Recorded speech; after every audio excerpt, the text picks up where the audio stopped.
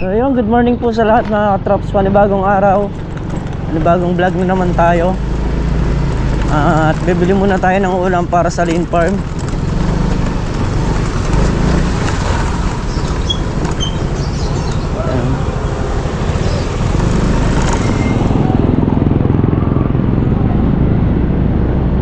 Bibili muna tayo ng ulam dito sandali.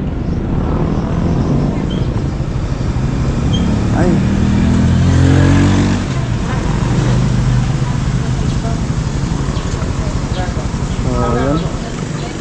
kaya ang aming uulamin.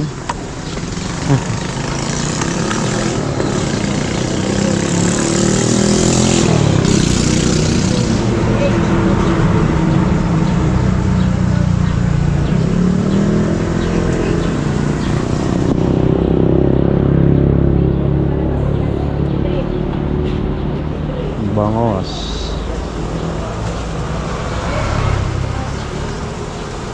Hito, hito. Nakawala yung hito. Ay nako, hirap din nag-iisip ng kung anong uulamin nila. Nung isang araw galunggo, ngayon kahapon tilapia, ngayon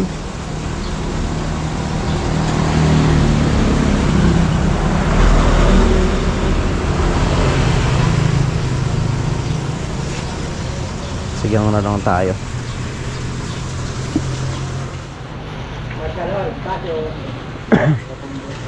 Saka ito. Magkano po dyan? 213. 213. Wala ka-video ba kami? Opo. 3 Kailangan maganda kami nila. Wala na po akong problema doon pagka kung ano lumabas eh. Yun na nga, kaya kasi itsura namin, wala sasabihin ko. Bakit naman shades ka, Pintay? Hindi niya sinabi ka agad kanina eh. Kanina po. Ginagad ka ng patiti ko.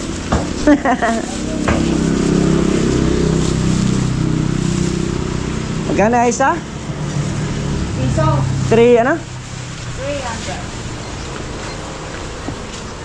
213 yung ano, 200 like kinuha ko. Tapos Okay. 300 po, 300. Okay, thank you. So ayan mga katrops, alas 8 na. O hinintay ko lang yung mga mamimitas gawa nung hindi nila alam yung pipitasan nila. So yung mamimitas na to, ito na rin yung, dito na rin yung buyer na kukuha. So 1,000 yung kalamansi ngayon. Bali, bahala na kung magkano yung upo ng mamimitas. Hindi ko pa kasi alam eh. Kasi ano, sila na lang yung nagdala ng pagkain nila na tanghalian. Kasi dapat ano yun eh, dapat sa nagpapapitas, kaya lang dami nga ng trabaho, tapos wala pang siyempre mag-aasikaso nga, kaya nagbao na lang. So pitas tayo ngayon sa Lucky Farm. Palilinis na natin para tayo tuluyang makapagpabunga na.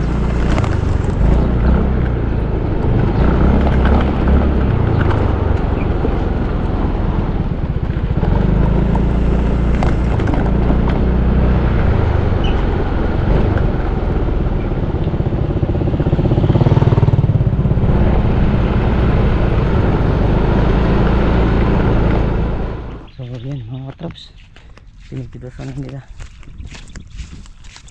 Lagyan ko muna yung makina sa kabila para makapagpa-andar tayo. Ngayong araw para tayong turumpo niyan, gawa nung takbo rito mangyayari sa atin ngayon. Mamayang hapon naman, ang lahat naman ng mapapatubigan doon ay tataniman naman ng sili.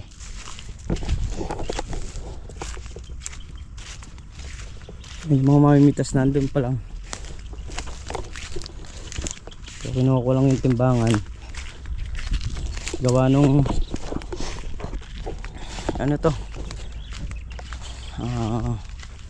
lagum-lagum, lagum, hindi pala sila lagum-lagum, yung tawag nito,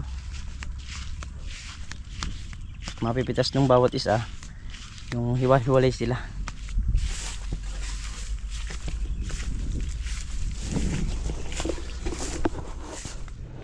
So ayan, bumuga lang yung makina.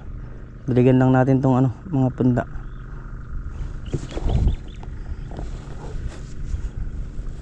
Bali sila, magbubuo sila ng mga poster sa dulo.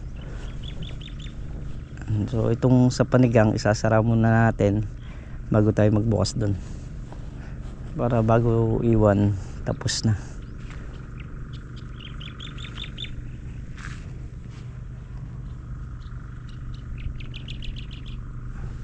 Di pa nakatali? Di pa nakatali?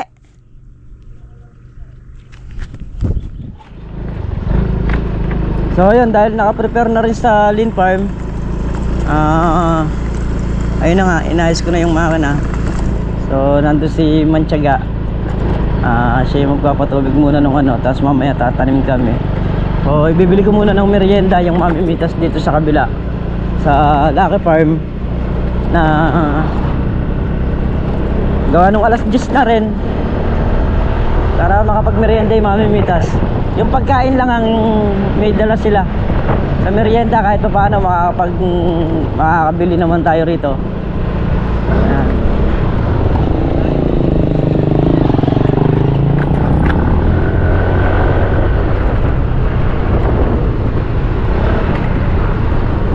Bibili ko muna ng merienda.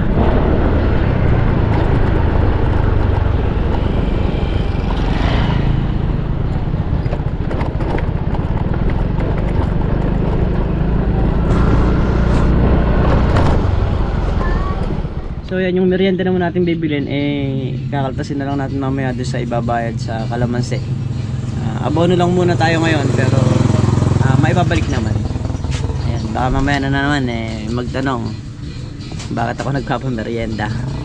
So babawiin din dun yun. So ayan yung kalamansi mga katrops. Napitas nila. Oo, kasi hindi naman sila magkakasama for red bag yan. Kumakailang red bag Kumakailang red bag ka. Yun yung saya. Oo.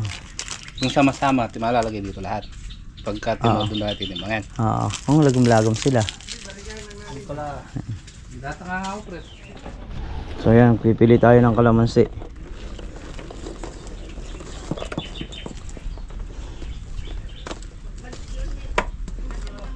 Oh? Nalaglag ni paring Carlo yung mga kalamansi sa ilalim. So, saan nalalaglag? Ano? Oh.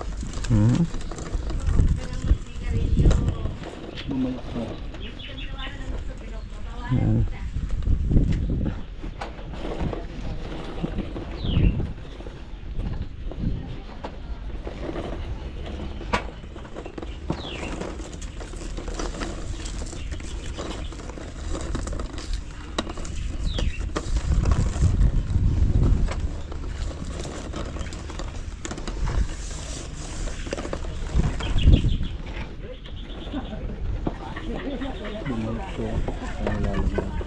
Mamimitas nagkukwentuhan.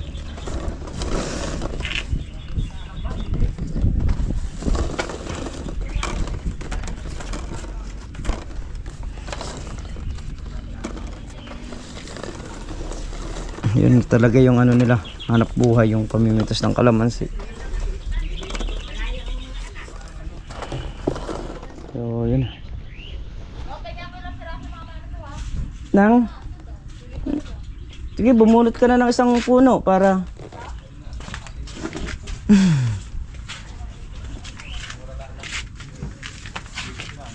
magkano pre? 20 sile. So ayan, tapos siyempre yung napipitas. 5 piso pa ito, sabi ni Bento. Yung 5 piso na. Ah, Nagkakaya ka, pinapitas ko yan ka. Ito nung pabigayaan pa. Amurado pa ako sa pumipitas. higi.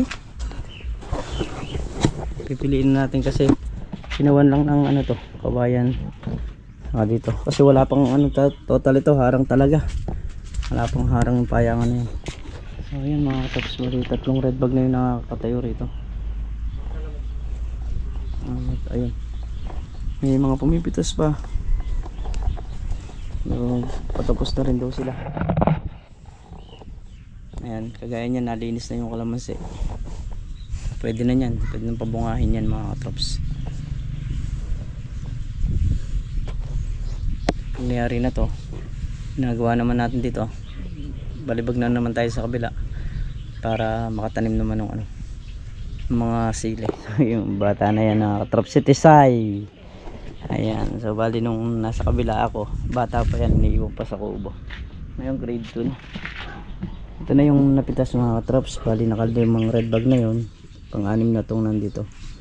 Ayan, pumipitas pa sila. Yung lagihay naman, ayan.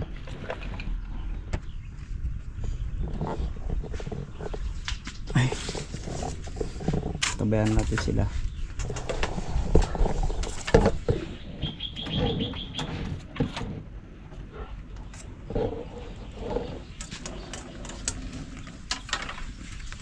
May lang naman din, tapos ng pitasin to.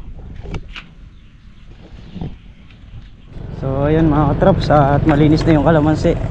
Napulutan na ng bunga.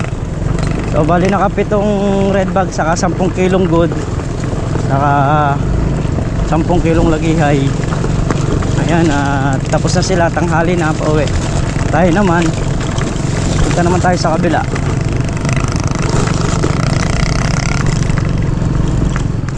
So yun yung ginagawa nilang poste. Talong grabe yung aligabok ngayon.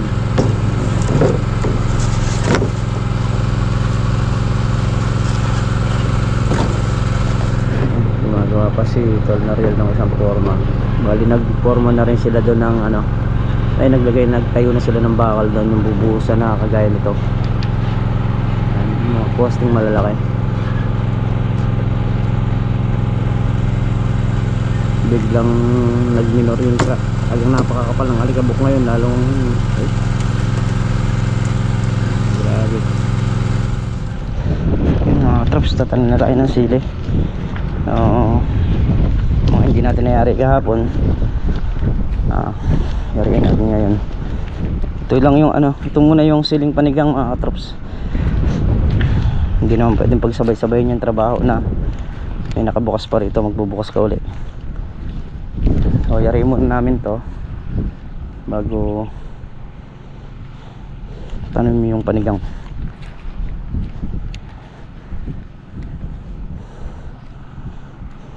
Sobra init.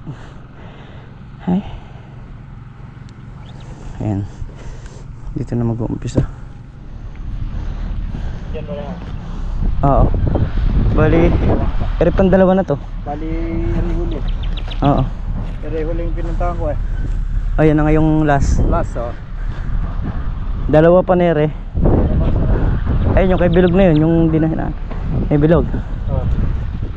Tapos Sa patras pang tayo dun. oo. Para magkasala.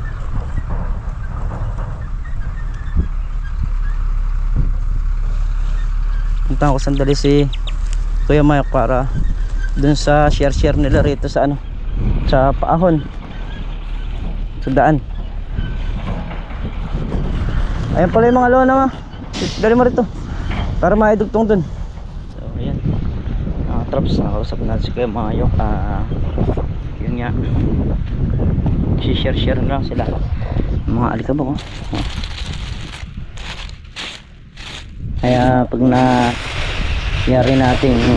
pag nangyari sila magkwari dyan, nangyari tayo nakatanim, obligado na spray natin yung mga kalamansi.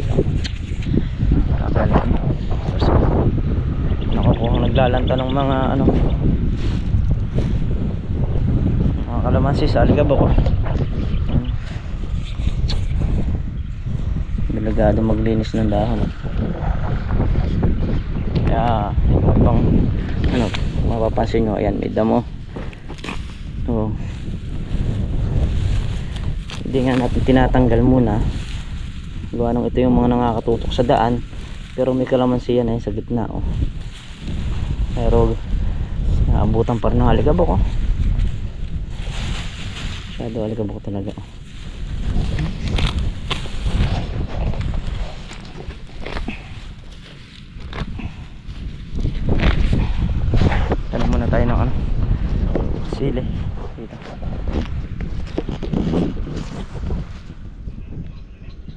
Ayan mga katrops, bali mula sa may pangalawang poste na yon hanggang dito okay na yan, nakatanim na. At yun nga yung kaganapan ngayong maghapon dito sa Lin Farm. So meron ng mga bakal na nakakatayo doon sa tabi ng daan at nakagawa na rin yung mga concrete post. Ayan, ito yung ginawa ni Tol Nariel ngayon, tapos gumawa siya ng forma pa para bukas hindi natin alam kung pwede nang baklasin yan para makapagbuhos ulit dyan. So ang kailangan na concrete post medyo marami. Kaya ganang baka gumawa pa rin si Tol Nariel ng ganun nga ng forma, no? So yan, kasama nating lumuso ngayon dito si Tol Nariel, si Manchaga Official, si Meltong Vlog, si Makmak, saka si Bilog. Ayan, so sasara natin yung pinto at bukas ibang trabaho na naman tayo mga katrops. So ay nakaano kasi ako rito, focus ako, medyo tanghali na mga katrops gawa nung nagpapitas nga dun ng kalamansi sa kabila. Ayan, so kanina dito may nasunog pang kubo, ayun siguro nagsunog ng tuyo, nadama yung kubo. Ay, sa kabilang ilog lang naman, sa kabila naman yan. Dito naman ayun, kahit pa paano yung tubig nakakarating pa rito, pero bumababaw mga katrops yung yung ilog. Malaki binababaw ng ilog. Lock ko muna tong papasok pa pala tong kartilya, kalimutan ko na.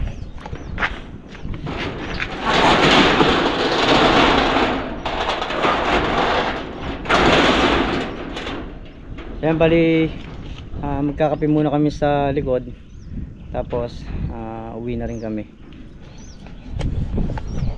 Kasi, di bodega. Ano sabi? Para ka umaga sa nakapagsahin. Maiwan sa kanya. O ere, Ito na! susi nung na? Susi nung likod. Ere. Para magang nakapagsahin si Bilog. Magaros ang pupunta rito alas 4 ng madaling araw. Titingnan natin. Siya, sabi niya. Ay, si Makmak. Tara, let's go. Ako pa daw mga makina nere.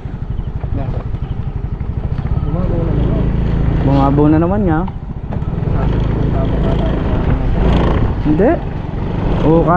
Kukain lang yan, oh. Hindi nang bababa ng gustong ere, papantaran na rin bukas yung mga kunere.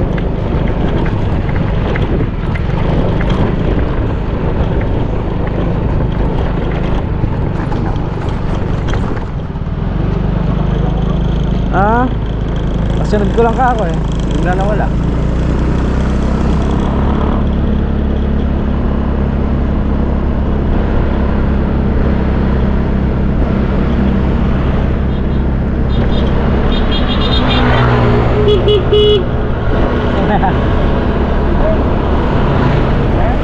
Ewan ko.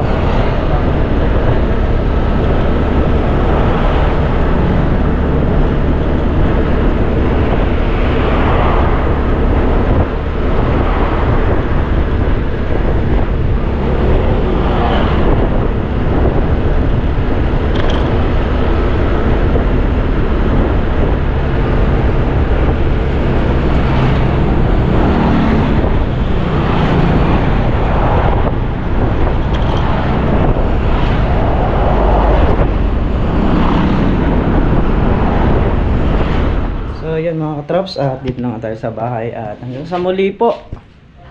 Ayan, maraming salamat po sa inyong lahat sa walang sawang suporta nyo, sa pagmamahal nyo sa channel namin. Ingat po kayo palagi. Saan po kayo naroroon. Bye-bye po sa lahat.